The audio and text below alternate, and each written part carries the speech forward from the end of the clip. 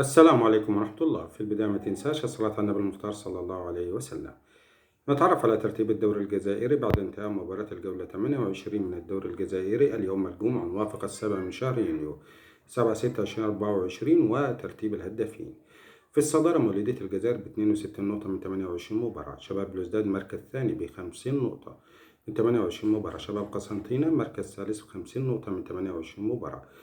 اتحاد الجزائر مركز رابع ب44 نقطة من 28 مباراة، وفاق سطيف مركز خامس ب43 نقطة من 28 مباراة، برادو مركز سادس ب39 نقطة من 28 مباراة، شبيبة القبائل مركز سابع ب38 نقطة من 28 مباراة، اتحاد خنشلة مركز ثامن ب38 نقطة من 28 مباراة، نجم مقرة في المركز التاسع 37 نقطة من 28 مباراة، شبيبة الثورة في المركز العاشر ب37 نقطة من 28 مباراة، مولودية البيض في المركز الحادي عشر ب35 نقطة من 28 مباراة، أولمبي الشلف مركز ثاني عشر ب35 نقطة من 28 مباراة، مولودية وهران مركز ثالث عشر ب33 نقطة من 28 مباراة، اتحاد بسكرة مركز رابع عشر ب33 نقطة من 28 مباراة، نجم بن عكنون في المركز الخامس عشر ب30 نقطة من 28 مباراة، اتحاد السوفي في المركز السادس عشر ب7 نقاط